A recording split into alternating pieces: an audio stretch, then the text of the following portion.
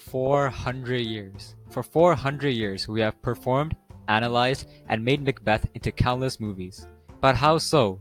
Why is it that this 400-year-old play, written by William Shakespeare, has been so popular?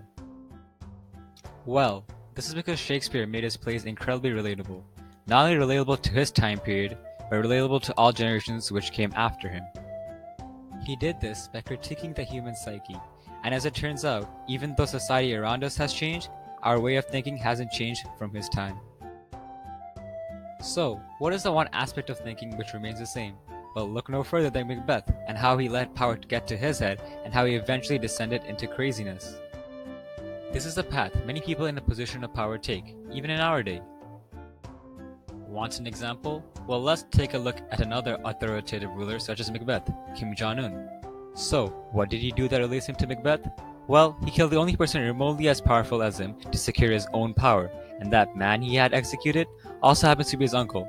This is similar to what Macbeth did by killing his best friend Banquo, as Banquo was a threat to Macbeth's rule in Scotland. The article by the New York Times shows how Kim Jong-un is securing power.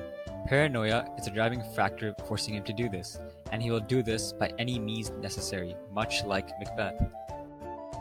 Think this doesn't happen in democracies? Well, think again, because now it's Nixon's time in the spotlight. We all know about the infamous Watergate scandal, and how he was the first president to resign because of that. But his motive behind all this was again linked to paranoia. He had a mindset that the media and the Democrats were against him, and he wanted to satisfy his paranoia by bugging the office of the Democratic National Committee. This article by The Guardian has analyzed some of the tapes which revealed Nixon's involvement in the scandal. The articles explain how Nixon wanted to discredit his opponents by committing shady acts, something that no president should do.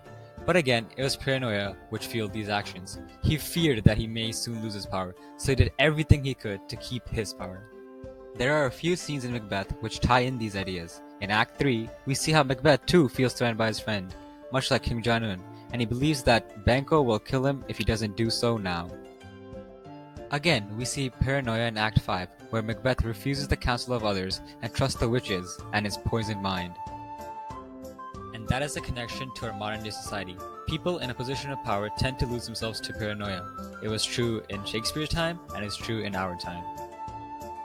So, what message from Shakespeare's work does society still need to learn today? Perhaps the leaders need help, and should be surrounded by people to advise them. In Macbeth's case, he shoves aside all counsel and only consulted evil, the evil being the witches. Running a country should be similar to a group project. It takes more than one to achieve the end result.